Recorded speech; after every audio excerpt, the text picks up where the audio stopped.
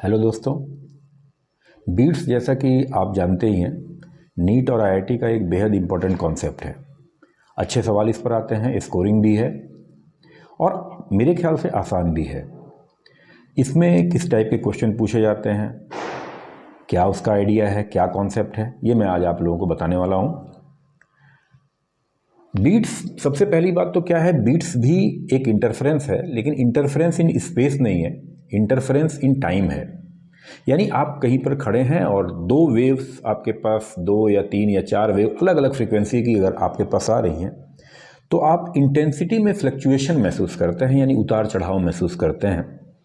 इसी को बीट्स बोला जाता है। और बीट्स फ्रीक्वेंसी यानी एक सेकंड में कितनी बार आप उतार चढ़ाव महसूस कर रहे हैं, इसको बीट्स फ्रीक्वेंसी बोला जाता है। इसके पीछे मैं जितने कॉन्सेप्ट हैं वो सब एक एक करके बताऊंगा, लेकिन सबसे पहले आप देखें कि बीट्स एक्चुअल में क्या है, क्या आपको समझना चाहिए। सबसे पहले यहाँ पर आप देख रहे हैं कि मैंने यहाँ पर एक तो वायलेट कलर से सुपरइम्पोज करके, इंटरफेरेंस करके आपको एक वेव दिखा रखी है, और दो वेव जो हैं वो आपके पास आ रही हैं। सपोज करिए आप यहाँ पर हैं, इस जगह पे हैं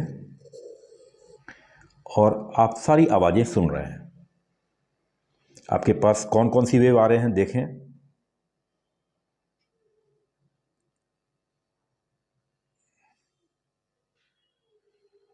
आपके पास अगर इस स्थान पर एक जगह पे हैं, तो अगर एक वेव को देखें जो आपके पास आ रही है वो ये है।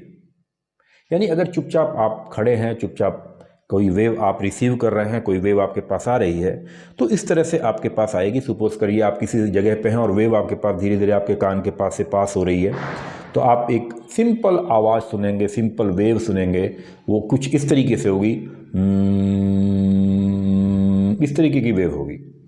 दूसरी वेव अगर आप देखें तो वो भी है, लेकिन वो थोड़ा सा कम फ्रीक्वेंसी की है, यानी ज़्यादा राउंड नहीं ले रही है और आपके पास से गुजर रही है। दोनों की स्पीड सेम है, क्योंकि आपको पता है कि वेव की स्पीड एयर में कांस्टेंट रहती है और डिपेंड करती है प्रेशर पे, डेंसिटी पे। उसको फ्रीक्वेंसी से लेना देना नहीं है। अब अगर दोनों वेव आप एक साथ देखें, तो ये दोनों वेव हैं जो एक साथ जा रही हैं और एक साथ आपके कान के पास से ट्रेवल कर रही हैं।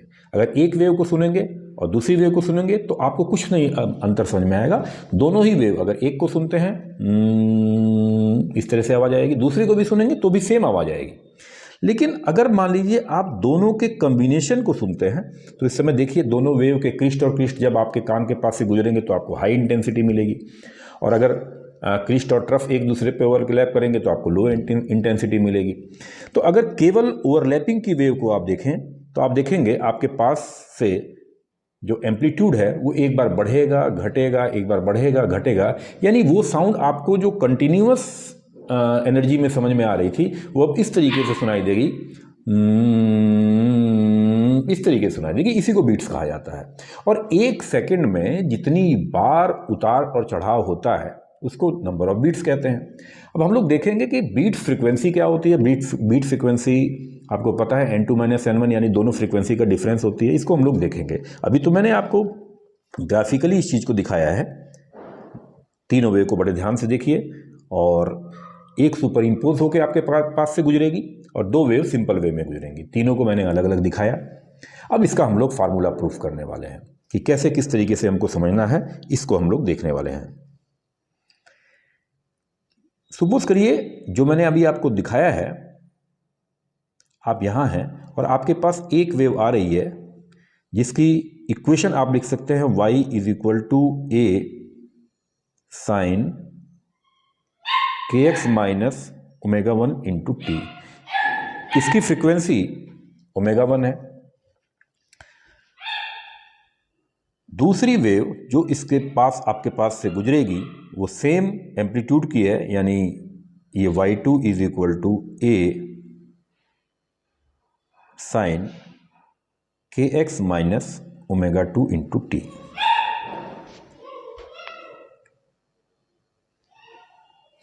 अब इसमें चूंकि आप किसी एक जगह पे फिक्स पोजीशन पे बैठे हुए हैं, तो यहाँ पर आप बड़े आसानी के लिए, इजी बनाने के लिए सबसे आसान तरीका है कि x बराबर 0 ले लें।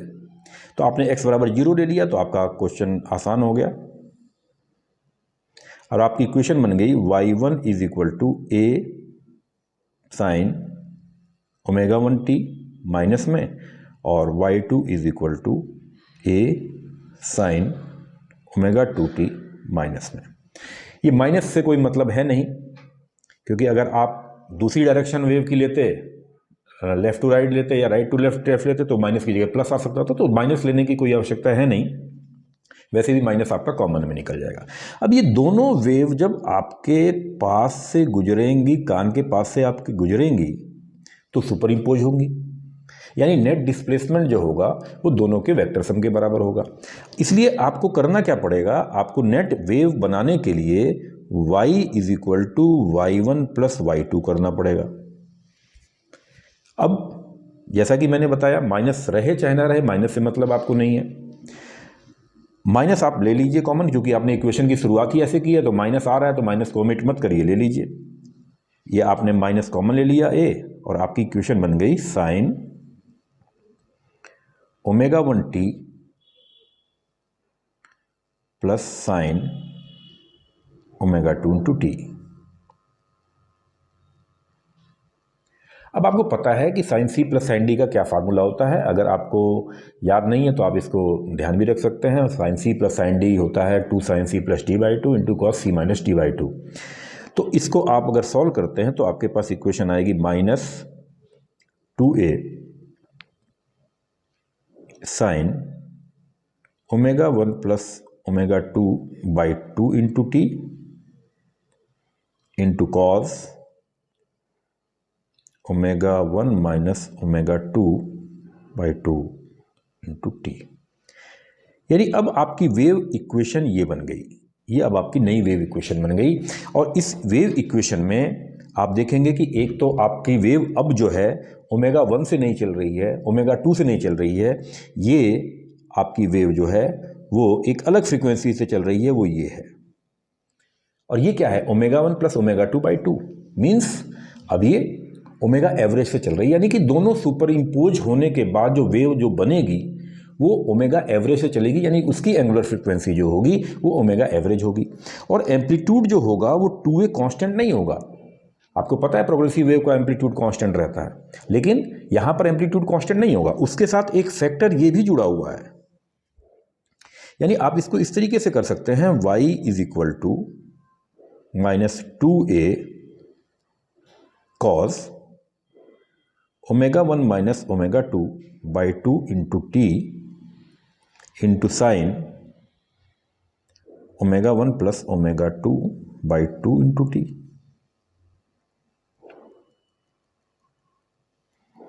Into sine omega 1 plus omega 2 by 2 into T. अब ये आपका जो पोर्शन हुआ, ये आपका पोर्शन एम्पलीट्यूड का पोर्शन हुआ, जो कि इस समय एम्पलीट्यूड समय पे डिपेंड कर रहा है, ओमेगा 1 माइनस ओमेगा 2 पे डिपेंड कर रहा है। अब यही आपका मेन फैक्टर है जो कि आपको बताएगा बीट्स क्या होती हैं। बाकी जो वेव है वो तो ओमेगा एवरेज से चलना शुरू कर देगी, उससे आपको लेना देना नहीं है। हाँ, ऑब्जेक्टिव टाइप में पूछा जा सकता है कि अगर दो वेव आपके पास से सुपरइम्पोज होकर आती हैं स्लाइटली डिफरेंट फ्रीक्वेंसी की, तो जो नेट वेव बनेगी वो किस फ्रीक्वेंसी से चलेगी, तो आप बताएंगे ओमेगा एवरेज से चलेगी। यानी एक वेव 100 हर्ट्ज की आती है, दूसरी वेव जो है वो 200 वेव्स की हर्ट्ज की आती है, तो जो नेट वेव बनेगी वो 150 की बनेगी, सिंपल सी बात है। लेकिन जो ये एम्पलीट्यूड पोर्शन है यही आपका इंपॉर्टेंट फैक्टर है। एम्पलीट्यूड फैक्टर क्या बना है, माइनस को ओमिट कर दीजिए, क्योंकि एम्पलीट्यूड में माइनस हो चाहे प्लस हो उससे लेना देना नहीं रहता है। अब एम्पलीट्यूड फैक्टर जो आपका बना है वो बना है a is equal to 2 A naught इसलिए क्योंकि ओरिजिनल वेव का एम्पलीट्यूड था, and cos omega 1 minus omega 2 by 2 into T. ये एम्पलीट्यूड पोर्शन बना है, माइनस को मैंने ओमिट किया है, और यहाँ पर हम लोग ए नॉट कर देते हैं हर जगह, इसलिए क्योंकि ये ओरिजिनल वेव की फ्रीक्वेंसी से आपको डिफ्रेंशिएट करके बताएगा, ये अलग होके बताएगा, ये ओरिजिनल वेव की फ्रीक्वेंसी है। और अब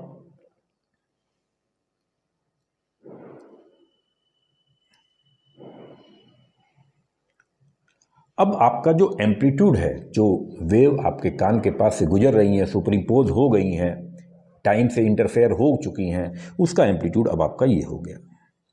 लेकिन आपका कान एम्पलीट्यूड से उसको मतलब नहीं होता है, उससे को मतलब होता है एनर्जी से, उसको मतलब होता है इंटेंसिटी से।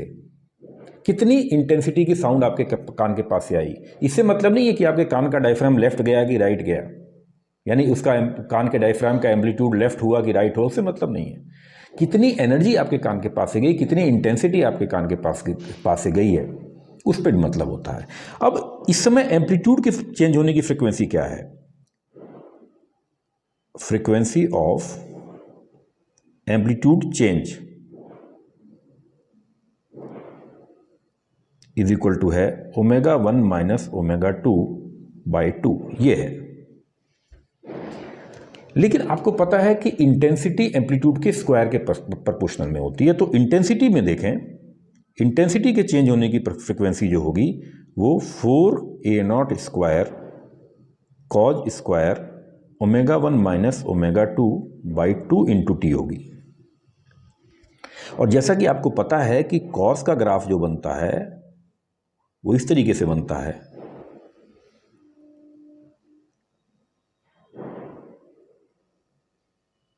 लेकिन अगर इसी को स्क्वायर कर दिया जाए तो आपको पता है कि जो लोअर पोर्शन है वो भी ऊपर हो जाता है, तो फ्रीक्वेंसी डबल हो जाती है।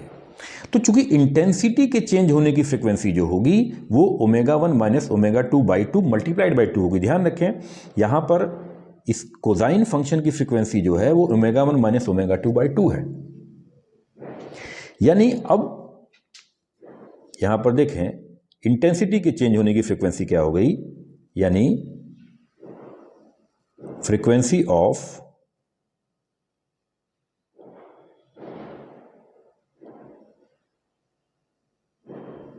Is equal to double of amplitude frequency, यानी ω1 minus ω2/2 multiplied by 2, that is ω1 minus ω2। ये यानी एम्पलीट्यूड की फ्रीक्वेंसी तो आपको पता लगी, इंटेंसिटी की भी फ्रीक्वेंसी आपको एंगुलर फ्रीक्वेंसी पता लग गई। लेकिन आपको पता है angular frequency is equal to 2π n2 minus n1, यानी एक्चुअल फ्रीक्वेंसी आ गई।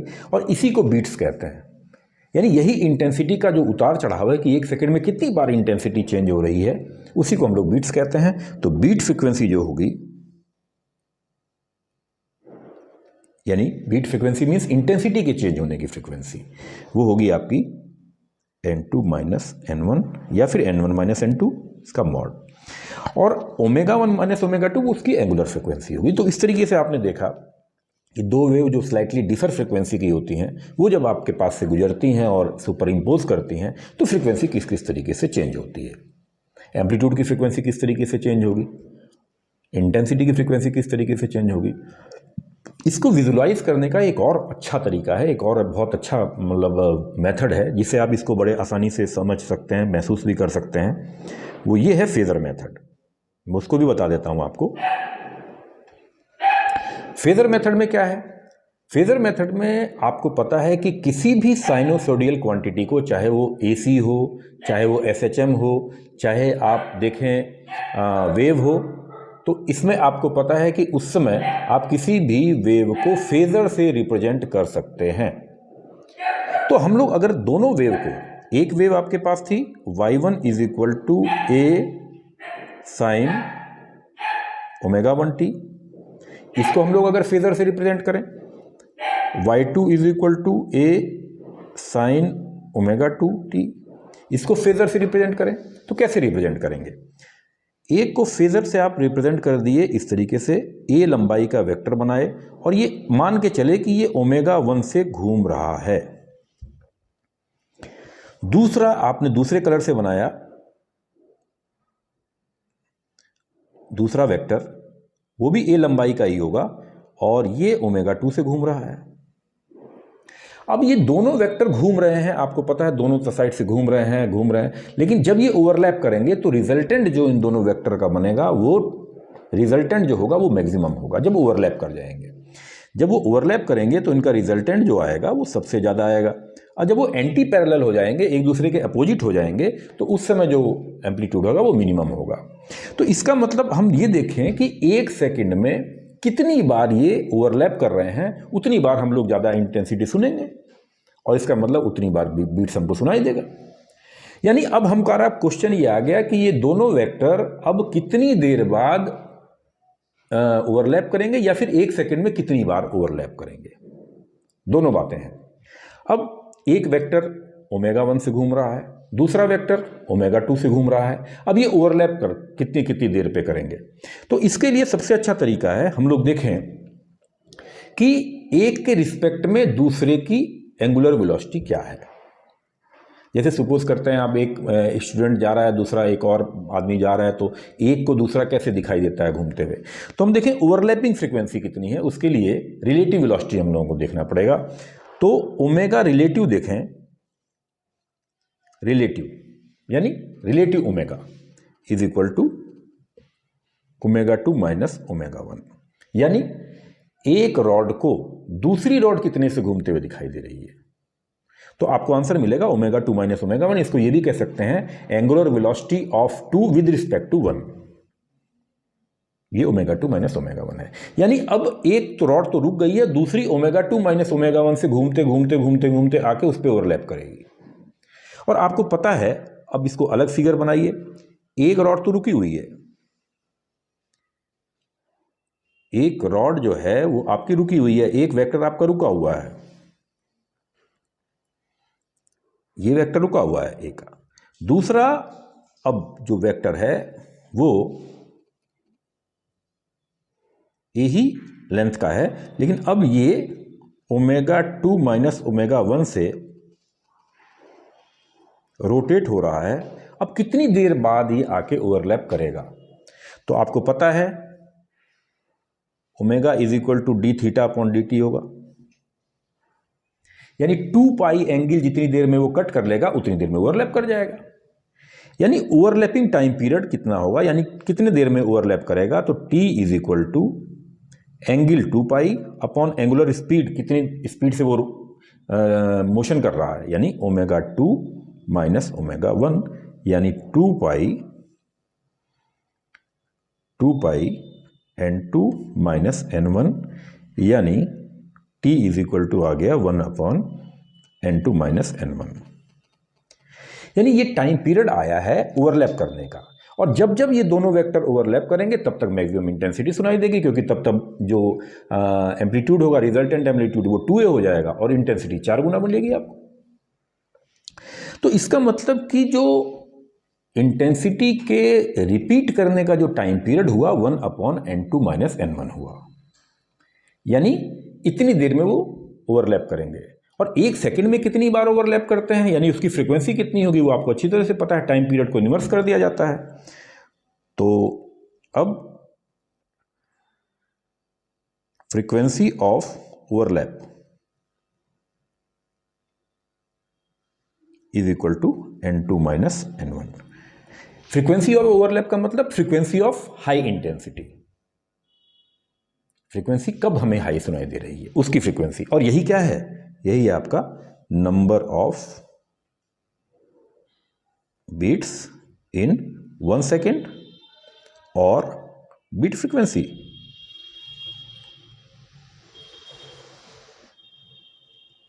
ये बहुत अच्छा तरीका है जिससे आप इसको बड़े आसानी से कैलकुलेट कर सकते हैं, समझ भी सकते हैं, क्योंकि ये थोड़ा सा विजुलाइज होता है कि हाँ, अगर दो वेक्टर आपके पास आ रहे हैं और फेज़र से आपने उसको रिप्रेजेंट किया है तो वो कितनी देर में ओवरलैप करेंगे। इसमें जो क्वेश्चन आपसे पूछे जाते हैं वो ये पूछा जाता है कि मैक्सिमम एम्पलीट्यूड कितना हो सकता है। तो आपने देखा कि मैक्सिमम एम्पलीट्यूड या एम्पलीट्यूड का जो फार्मूला आपका था वो ये था, ये आपके एम्पलीट्यूड का फार्मूला था। और अगर कोई पूछेगा कि अगर दो वेव आपके पास आ रही हैं और स्लाइटली डिफरेंट फ्रीक्वेंसी की हैं तो मैक्सिमम कितना एम्पलीट्यूड हो सकता है, तो आपको पता है कि एम्पलीट्यूड का फार्मूला ये है, और मैक्सिमम एम्पलीट्यूड के लिए कोसाइन को आप 1 रखेंगे तो मैक्सिमम एम्पलीट्यूड 2a हो जाएगा। इंटेंसिटी की बात होगी तो आप देखेंगे 4 टाइम्स हो जाएगा। तो इस तरीके से आप देखते हैं कि बहुत ही आसानी से आप बीट्स के कॉन्सेप्ट को समझ सकते हैं। और इसमें जो प्रॉब्लम्स आती हैं या जो प्रॉब्लम्स आप सॉल्व करेंगे या जो क्वेश्चन पूछे जाते हैं उसको मैं आपके जो वेरी नेक्स्ट वीडियो है उसमें मैं सॉल्व करूँगा। और एंजॉय करते रहिए। धन्यवाद।